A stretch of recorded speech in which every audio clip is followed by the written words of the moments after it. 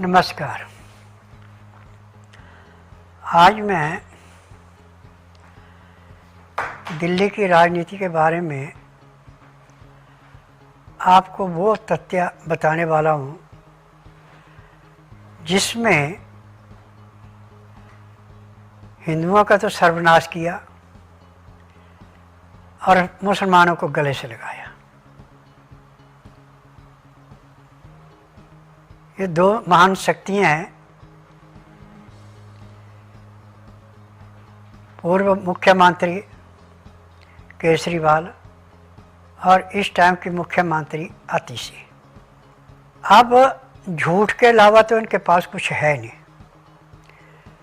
और दुनिया को इतने गुमराह कर रहे हैं कि यदि हम सुबह से शाम तक व्याख्या करने लगे तो सालें बीत जाएंगी, इनकी व्याख्या पूरी नहीं होगी। सबसे पहले तो मैं इस बात पे आता हूँ कि जो कुर्सी इसने खाली रखी है कि मैं भरत हूँ और राम जी इस कुर्सी पे बैठेंगे, वो इस जन्म तो क्या अगले जन्म नहीं बैठ सकते। ये मैं दावे से कह रहा हूँ, क्योंकि इसने मस्जिदों में कितना पैसा दिया, किसी हिंदू मंदिर का कुछ किया, और रोडों का इतना बुरा हाल है कि जिसकी गणना नहीं कर सकते। और कहता मैं इसको स्वर्ग बनाऊंगा। स्वर्ग बनाना तो कहाँ रहा, नरक बना दिया। अब ये कह रहे हैं कि हम गड्ढा मुक्त कर देंगे। गड्ढा मुक्त ये नहीं कर सकते, क्योंकि जिसको एक बार जूठा खाने की आदत पड़ जाती है वो सूचा कभी खा ही नहीं सकता, जूठा खाएगा। खर्चे में तो पैसा पड़ जाएगा, कितना हमने इस जगह लगा दिया, परंतु पड़ेगा इनकी जेबों में। जो भी ईमानदार होगा वो कभी अपने मुंह से ये नहीं कहेगा कि मैंने ये काम कर दिया। वो काम करेगा और पब्लिक अपने आप उसका प्रचार करती है। अब इसने जितने भी कर्म किए हैं वो इतने पेचीदे कर्म किए हैं कि जिसको कोई आसानी से पकड़ नहीं सकता। परंतु भगवान की लीला न्यारी है। समय आने पे एक एक भेद खुल रहा है। अब जब इसके पूरे तत्व सामने आ जाएंगे तो जज साहब भी सोचेंगे कि हमने इसको जमानत क्यों दी थी। और जो इनके वकील हैं ये अपने आप के समझते हैं कि हम ही भगवान हैं, हम इनको बचाएंगे, निकालेंगे। आने वाले समय में वो भी इनका कुछ नहीं कर सकते, बल्कि अपनी मिट्टी पलीत कराएंगे। अब कहता है मैंने घर घर पानी पहुंचा दिया। मैं अपने इन दो कॉलोनियों का वर्णन कर रहा हूं जिसमें रोडों पे भी गड्ढे हैं और पानी 2018 में काटा था और आज 2024 खत्म होने लगा। 7 सालों में वहाँ पानी नहीं, ना गाड़ी से ना किससे नहीं। अपने आप चाहे खरीद के लाओ चाहे जैसे मर्जी लाओ। परंतु सबसे बड़ी बात यह है कि चटकोरेपन वाले बोतल शराब की मिल गई तो वोट दे देंगे। परंतु आज मैं दिल्ली वासियों से एक निवेदन करना चाहता हूँ, यदि आपने दिल्ली को बचाना है तो आप आम पार्टी की तो जमानत भी जब्त होनी चाहिए जैसे हरियाणा में हुई। और यही हाल कांग्रेस का है। कांग्रेस ने जहाँ पे भी अपनी सरकार बनाई वहाँ ज़मीनें लूटी हैं। और किसी भी स्टेट में देख लो, कैसे जमीनें लूट के अपने नाम से कर रहे हैं। और हिमाचल का तो ये हाल हो गया कि वहाँ के मेरा सपना है फिर नंबर 1 आना, आसान नहीं है सपनों को पाना।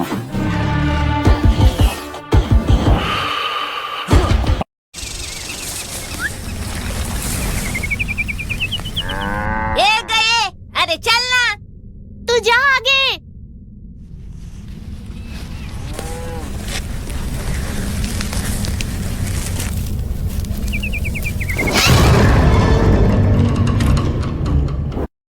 और हिमाचल का तो ये हाल हो गया कि वहाँ के मुख्यमंत्री ने जो आपकी लैट्रिन की सीटें उन पे भी टैक्स लगा दिया। अब जिसमें घर में फैमिली अच्छी है, 4 सीटें लगी हैं तो 100 रुपये देना पड़ेगा, 2 सीटें लगी है तो 50 रुपये देना पड़ेगा, 1 सीट लगी तो 25 रुपये देना पड़ेगा महीने का। इसको बोलते हैं लूट। जहाँ पे आज जनता पार्टी की सरकार है वहाँ कहीं भी बताएं कि यहाँ पे ये मुख्यमंत्री ने अत्याचार किया या इसने यहाँ पे ये दुर्दशा की। यदि किसी का अच्छा नहीं किया तो बुरा नहीं करने दिया। अब इसमें सबसे बड़ी उदाहरण है यूपी का और हरियाणा का। मैं हरियाणा के सभी निवासियों से एक ही बात कहूँगा कि जो आपने किया बहुत अच्छा किया, और आपके देखा देखी में जिन जिन राज्यों में अब इलेक्शन होने वाला है वहाँ पे भी हिंदू यदि एकजुट हो जाएं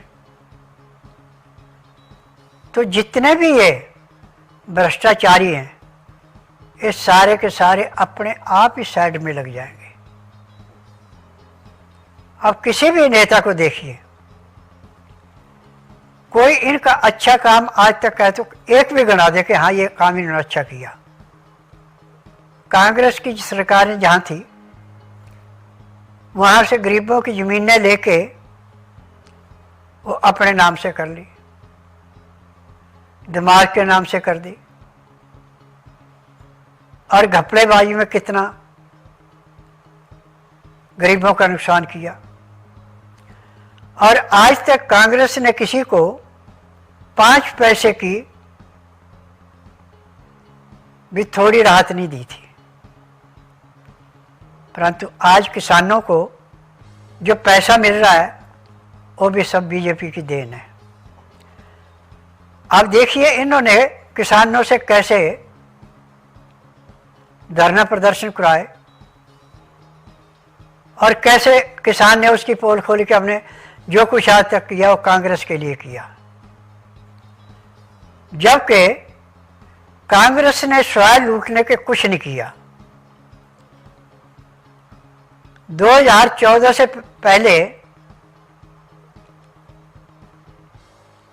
महारानी कैसे बार बार बाहर जाती थी इलाज करवाने, अब क्यों नहीं जा रही? तो इलाज करवाने का हो सकता है कि उसको रोग हो, परंतु पैसा बटोर करके वहाँ पे बैंकों में जब्त करने जाती थी। फिक्स कर दिया ताकि किसी को पता न लगे, क्योंकि बगैर रिश्वत के कोई काम करते नहीं। और जिसने इनके ऊपर उंगली उठाई वो चाहे कितना बड़े से बड़ा नेता वो जीवन से गया। अब ऐसा एक उदाहरण नहीं, हमारे पास इसके सैकड़ों उदाहरण हैं, परंतु मुझे ज़्यादा कहने की ज़रूरत नहीं है। आप YouTube पे जाके सबकी हिस्ट्री निकाल सकते हैं कि किसकी मृत्यु कैसे हुई, कहाँ इंक्वायरी हुई। इंक्वायरी तब होती यदि अंदर से अनुमति मिलती श्रीमती जी की। श्रीमती जी ने कह दिया जो हो गया सो ठीक है, कोई इंक्वायरी नहीं करनी। परंतु आज देखिए यूपी में जो कांड हुआ, इसमें कैसे सख्त ऑर्डर आए और कैसे 24 घंटे के अंदर अरेस्ट हुए। अब इनकी जो दुर्दशा होगी उसको देख के ये खुद भी सोचेंगे कि हमने कैसे कैसे इनको फंसाया था और कैसे इनकी दुर्दशा होगी। अब दोनों का नाम खुलेआम आ रहा है, ये सब कह रहे हैं कि हमें राहुल ने और अखिलेश ने कहा था कि आप ऐसा करिए। अब देखिए सभी चलने पे चल रहा है ना ये, यदि नहीं चल रहा तो आप बताइए। आज कर्नाटका को ले, हिमाचल को ले, जहाँ जहाँ इनकी सरकारें उनको ले, तो उन्होंने जाके वहाँ पे गरीबों को लूटा है और अपने नाम से ज़मीनें कराई हैं। अब कह रहे हैं केस वापस ले लो, हम ज़मीन वापस कर रहे हैं। चोरी करके जब मार पड़ने लगती है चोर तो बोलता है कि मैं सामान उठाया या मैं सामान दे दूंगा। क्यों वापस कर रहे हैं आप? यदि आपको अपनी कुर्सी से लालच नहीं है, आप लुटेरे नहीं हैं, तो रिजाइन दीजिए, दूसरे आदमी को कुर्सी दीजिए, ताकि पता लगे कि आपके अंदर कितनी ईमानदारी है। अब जो सबसे ज़्यादा ईमानदार बनता है राहुल गांधी जी। गांधी तो इनका डुप्लीकेट नाम है, क्योंकि इसने जहाँ जहाँ भी कर्म किए उल्टे कर्म किए, को सीधा नहीं किया। रायबरेली का केस अब खुल गया है, अब इसमें भी इसको सजा तो जरूर मिलेगी। जिसने उस लड़की के साथ और अपनी पार्टी का कैंडिडेट था जिसकी लड़की के साथ, और आज तक वो पता नहीं है कहाँ कहानी है। और उसके बाद जितने भी योग इसने बना रखे थे, किसी ने उनकी सुनवाई नहीं की। यदि सुनवाई की होती तो हम कहते हैं हाँ ये हुआ। अब ये कहते कुआरा है, जो 19 साल का लड़का है, 15 साल की लड़की, वो कहाँ से आए? चुपके चुपके शादियाँ कर ली और यहाँ पे आके कुआरा बन गया। ये सब दिखावे की राजनीति है। और इसके अंदर तो एक जो सड़क का मजदूर होता है उसके बराबर भी इसकी वैल्यू नहीं है। ये तो आप बनाने में चले कि इसको प्रधानमंत्री बनाएंगे, इस जन्म में तो क्या 7 जन्म नहीं बनेगा, क्योंकि जो इसके कुकर्म है और नशेबाजी जो करता है, इस नशे में अभी क्या कहा, 2 घंटे बाद क्या कह देगा, इसको पता ही नहीं है। आज जो इन्होंने 99 सीटें ले ली थी, उसके ऊपर कूद रहा था कि मैं प्रधानमंत्री हूँ। अमेरिका में जाके जो जो इसने बोला वो सारा कुछ इसके आगे आएगा। अब कोई पीछे नहीं रुकेगा। भारत की बेइज्जती करने में इसने कोई कमी नहीं छोड़ी। और जवाहरलाल जी जब किसी सेमिनार में खुद नहीं जा सकते थे तो अपोजिशन में थे, अटल जी उनको भेजते थे। अटल जी ने कभी ऐसी बदमाशी तो नहीं की, कभी ऐसी दुर्दशा तो नहीं की जैसे ये कर रहा है। आज हिंदुस्तान की पूरे संसार के अंदर महिमा है कि हाँ, हिंदुस्तान का मुख्यमंत्री सबको एक धागे में परो सकता है माला की भांति, बाकी किसी में इतनी ताकत नहीं है। आज जितनी प्रोग्रेस 14 से लेके आज तक हिंदुस्तान में हुई, इतनी 1947 से लेके और 2014 तक नहीं हुई। इन्होंने सिर्फ इतना काम किया कि जो इनका घर भर दे लाके उसको छाती से लगा लो, और जो थोड़ा सा इनको तिरछी आंख करके दिखा दे उसको ऊपर पहुंचा दो।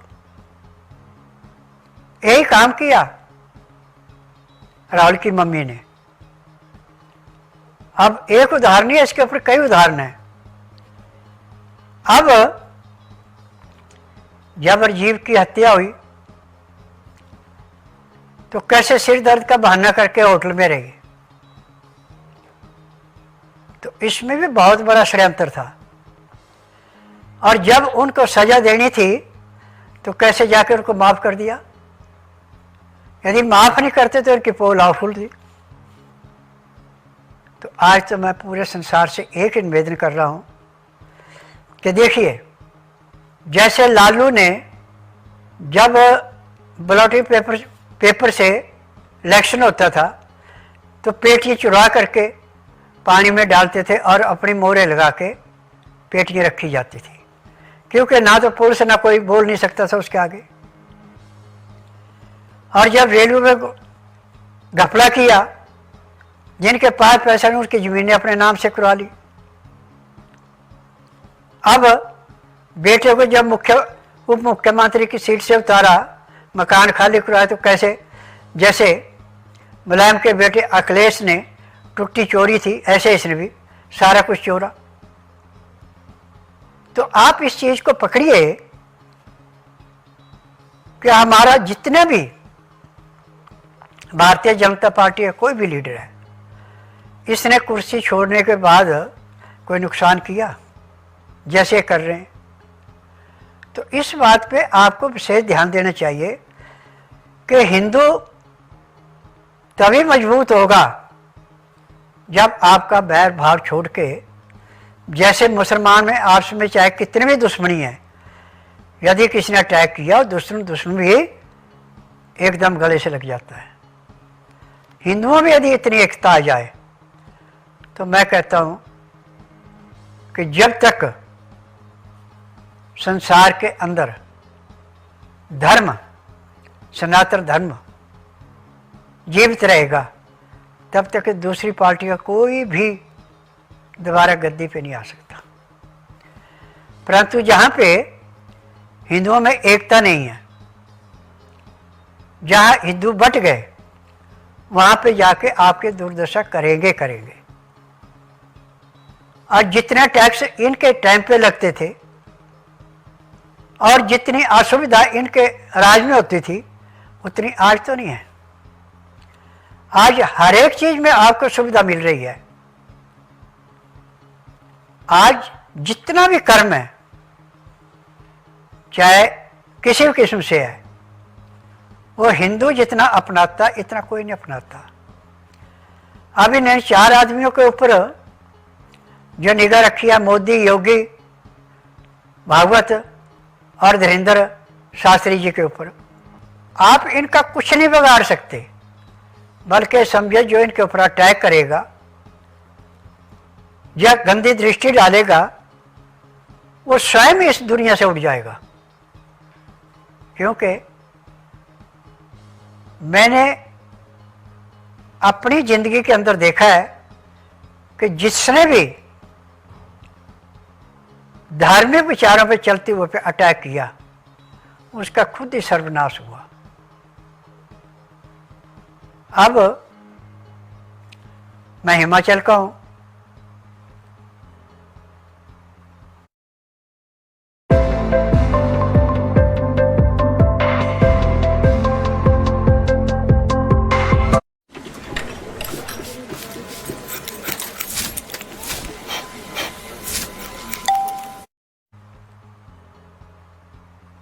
जब वाईएस परमार जी थे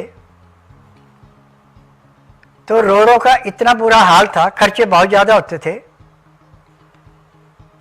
कि गाड़ी जब किसी गड्ढे से निकलती थी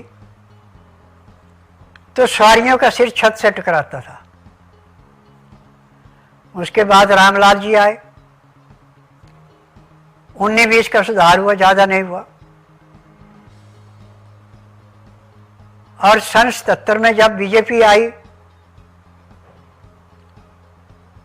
तो 2.5 साल भी राज नहीं करने दिया, फट राष्ट्रपति शासन लग गया, सरदार भंग कर दी।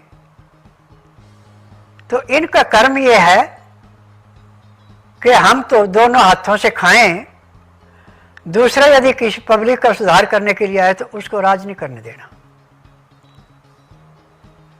हम रामलाल को इन्होंने गवर्नर भी बनाया था, कितने साल रुका। जितने भी आज तक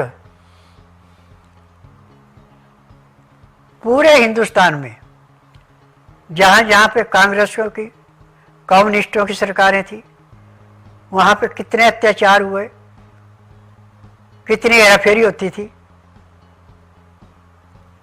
अब जहाँ जहाँ पे हमारी बीजेपी की सरकार या सहयोगी की सरकार है, वहाँ बताएं कि यहाँ पे नुकसान हो रहा है। किसी के अंदर झूठी अफवाहें तो खूब फैला सकते हैं, असलियत नहीं दिखा सकते। आज हम किसी भी रूप में देखें, अखिलेश, राहुल, ममता बनर्जी, उदय ठाकरे, वर्तमान,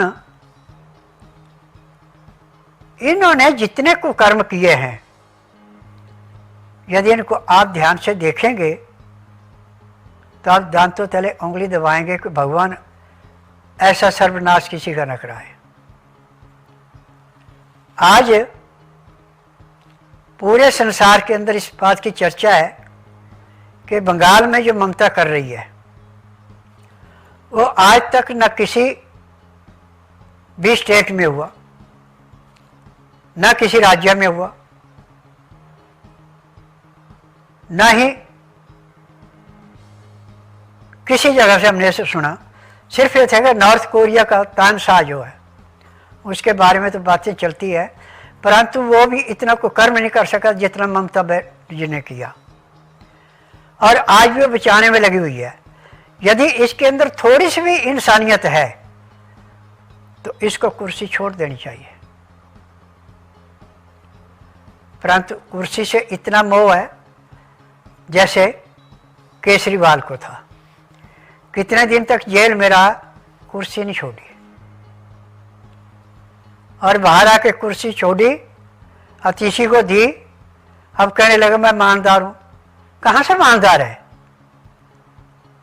जितना घपला आपने उग्रवादियों से मिलकर किया, 2004 में जब ISI का एजेंट आप बने थे, और सोनिया तो पहले उसकी एजेंट थी, तो इसके बारे में सभी चैनलों पे नहीं चलता। जो इसके खरीदे हुए चैनल है वो तो इसकी इज्जत करते हैं, वो इसके खिलाफ एक शब्द नहीं बोल सकते। और जितना पैसा इसने अपनी एडवर्टाइजमेंट में लगाया, इतना यदि दिल्ली के सुधार में लगाया होता तो आज रोडों का ये हाल नहीं होता। और अपने शीश महल में कितना पैसा खर्च किया, और जो पुराना था जिसको तोड़ के इसने खंडर बनाया उसमें कुछ नहीं था। ये सिर्फ इसकी अपनी चापलूसी थी, और इसने सोचा था कि जब तक मैं जीऊँगा, कुछ दिन न रहूँगा मैं मुख्यमंत्री, उसके बाद तो प्रधानमंत्री बनूंगा। तो अब प्रधानमंत्री आप या तो जेल में बनेंगे या फिर ऊपर जाने की तैयारी करेंगे, क्योंकि आप स्वयं अपनी खुदकशी करेंगे, कोई आपको मारेगा नहीं। क्योंकि जो घपले आपने किए, जब उनका प्रेशर पड़ेगा, जिन ने आपको पैसा दिया उनका काम नहीं हुआ, तो आप खुद ही खुदकशी करेंगे। शराब के केस में एक पे एक फ्री देके कितने घर बर्बाद किए आपने। और जब मस्जिदों में पैसे दिए थे और अपने आदमियों से हिंदू मरवाना शुरू किए थे, छत के ऊपर से बोतलें, पेट्रोल बम और गुलेल से पत्थर मार मार के कितनों का नाश किया था, वो सारे के सारे कर्म आपके ऊपर पड़ेंगे। भगवान आपको सजा अच्छी देगा, इसमें आपको कोई बचा नहीं सकता। अब माँ और बाप को लाठी के सहारे चलने वाले उनको पकड़ के चलता है। यदि आपके अंदर इंसानियत होती तो आप अपने मकान में इनको रखते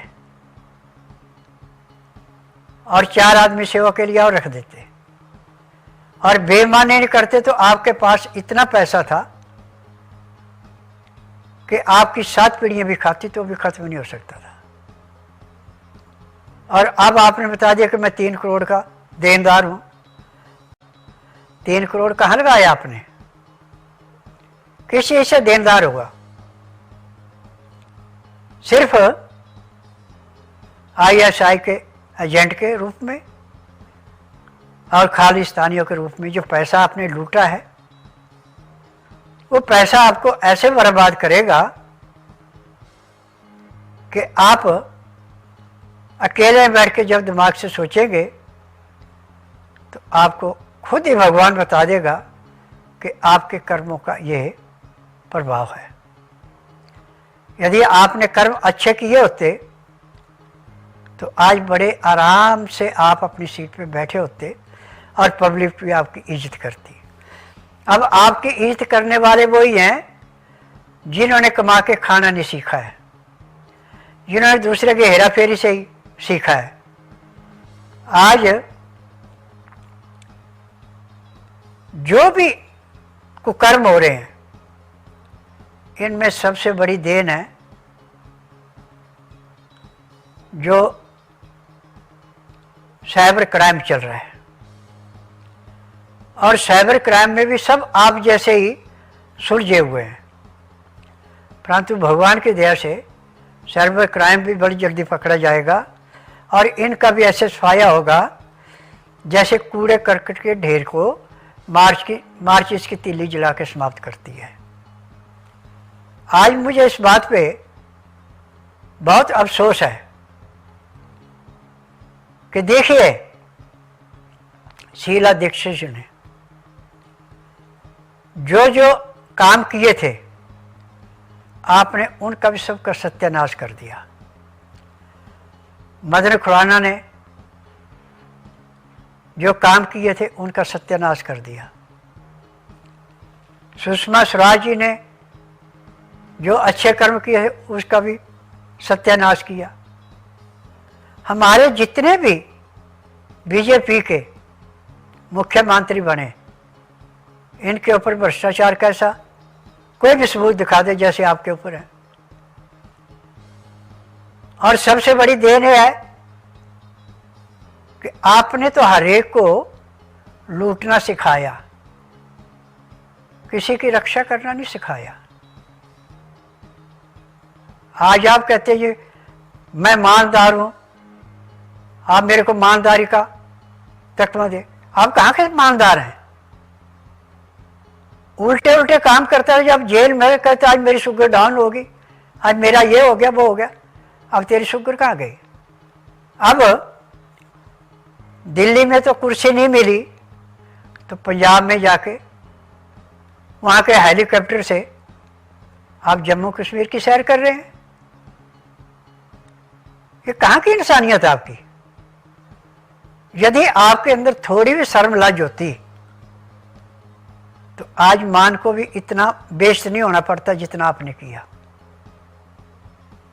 और ये तो खालिस्तानियों की देन है जिसने कि आपको सिर के ऊपर चढ़ा के और इतना उठा दिया कि जिसमें आज सिर उठा के चल रहे हैं। और जो आप कह रहे 3 करोड़ का मेरे ऊपर कर्जा है, और जो आपने खालिस्तानियों से लिया, IAS से लिया, शराब के घोटाले में पैसा लिया, वो पैसा कहाँ गया? कौन सा तेरा गोवा में ज़्यादा खर्च हुआ है? वहाँ भी जो आपने इकट्ठा किया उसका चौथा हिस्सा भी खर्च नहीं किया।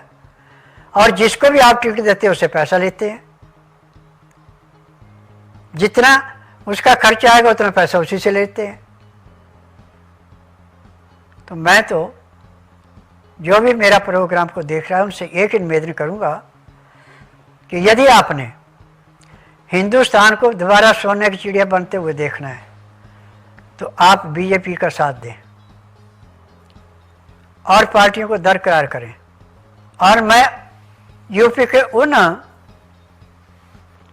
प्रत्याशियों से और उन वोटरकारों से निवेदन करता हूं कि यदि आपने यूपी को स्वर्ग बनाना है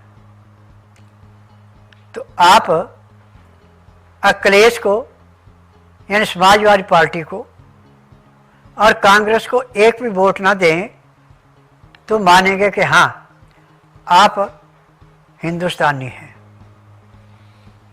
और यदि आप इनको वोट देते तो हम ये समझें कि आप हिंदुस्तानी नहीं, या तो आप पाकिस्तानी हैं या बांग्लादेशी हैं। क्योंकि हिंदुस्तान से जिसको प्यार है वो सुख शांति का जीवन जीना चाहेगा। और जिसको हिंदुस्तान से प्यार नहीं है वो तो हमेशा आवारागर्दी का एक साथ देगा। अब मेरा सभी दर्शकों से एक निवेदन है कि यदि हिंदुस्तान को फिर सोने की चिड़िया बनाना है और सनातनी बनाना है तो बीजेपी छोड़ के जितनी भी और सरकारें हैं इनसे आप बाइकाट कर जाएं। हाँ से हाँ मिलाओ और वोट जो है कमल पे लगाओ। मोर हमेशा कमर पे, अंगूठा हमेशा कमल पे। और जो कहते हैं कि इसमें हेरा फेरी होती, इसमें 1% भी हेरा फेरी नहीं होती। हेरा फेरी होती थी जब पेपरों से वोट डलवाए जाते थे, तो दबदबे में जो पेटियों की होती थी वो तो तालाबों में डाल दी जाती है, नदियों में डाल दी जाती थी, और दूसरे बक्से वैसे बंद करके अपनी मोहरें लगा के दिए जाते थे।